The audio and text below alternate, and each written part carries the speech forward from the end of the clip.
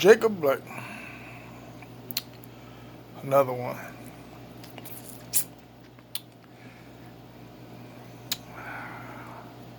Trying to think about how can I approach this in a manner where I don't attach feelings to the situation. Let's start with what I know. You got an individual in Wisconsin. Story goes that this man was at a barbecue or something of that nature. Not clear if it was his son's birthday or whatever. A fight breaks out, and he breaks up the fight. And upon his interaction with those individuals, cops were called to the scene. Now, there are two videos. One video shows from a different vantage point where he's on the ground with the cops. There's some scuffle or whatever. And then there's the main video that you see where he's walking away from the officers.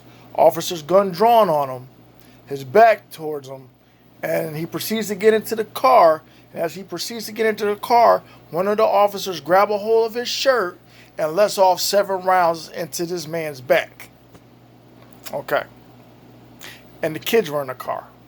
Okay. Now, all this other information is coming out that, it is speculated that the man had a knife. You didn't see the man walking with a knife. I didn't see the man with a knife in the video. It said that he has a warrant. Okay. It said that he has a criminal background. Okay. We all know the narrative. We already know when you see a black man in the officer's interaction that if he gets shot, you know it's going to come down to, before, we find the cops guilty, we got to find the person who they shot guilty first. Okay. An ongoing pattern.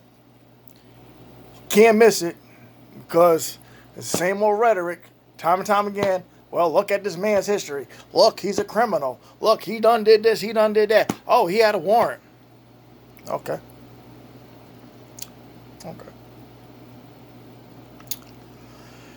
Now, I'm going to say this. Should this man had not been aggressive or disobedient, argumentatively, in my opinion, no.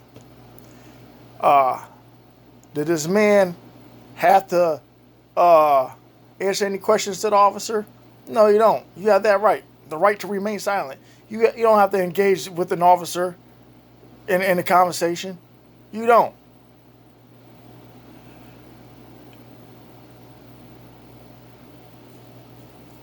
I don't know all the facts, but I know what I see.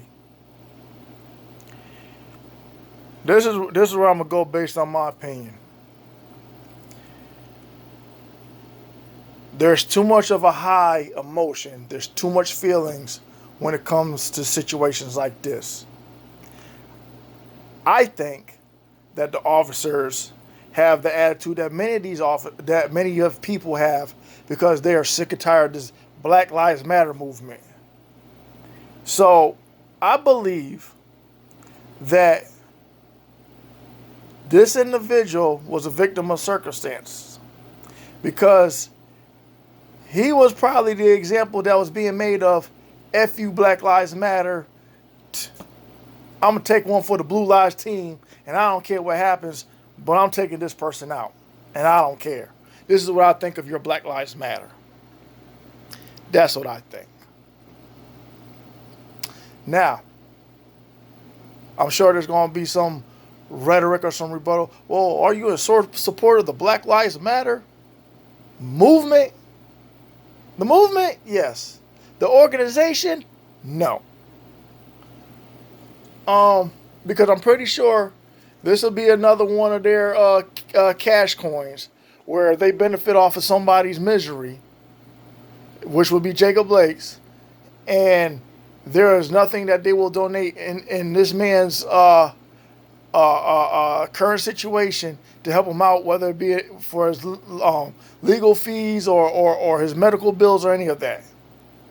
I'm pretty sure there won't be any donations from their end contributing to this man's situation, but they'll benefit from it though.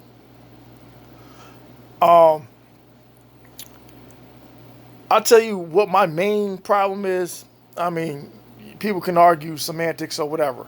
My main concern and my main issue with this whole situation,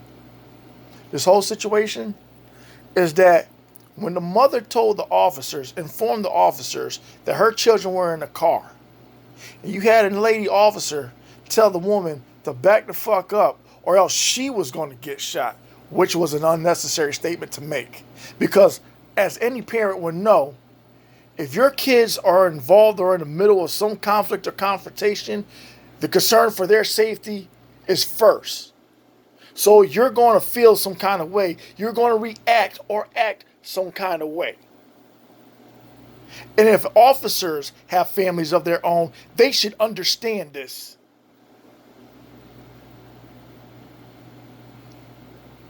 Their negligence is what put the kids in harm's way.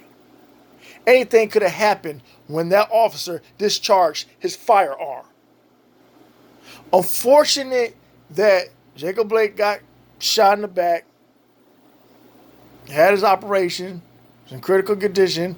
It said that he's paralyzed at the moment.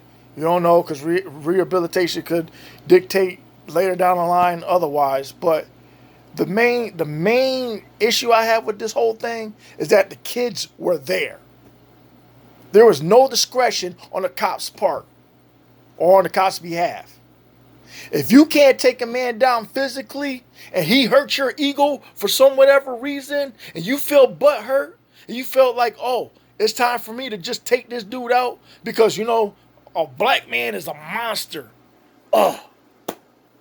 We're demonized to some degree. And if you don't see that as being an issue, I don't know how else to put it. I'm not justifying Jacob Blake's actions, but I am condemning the officer's actions. That shit was unnecessary.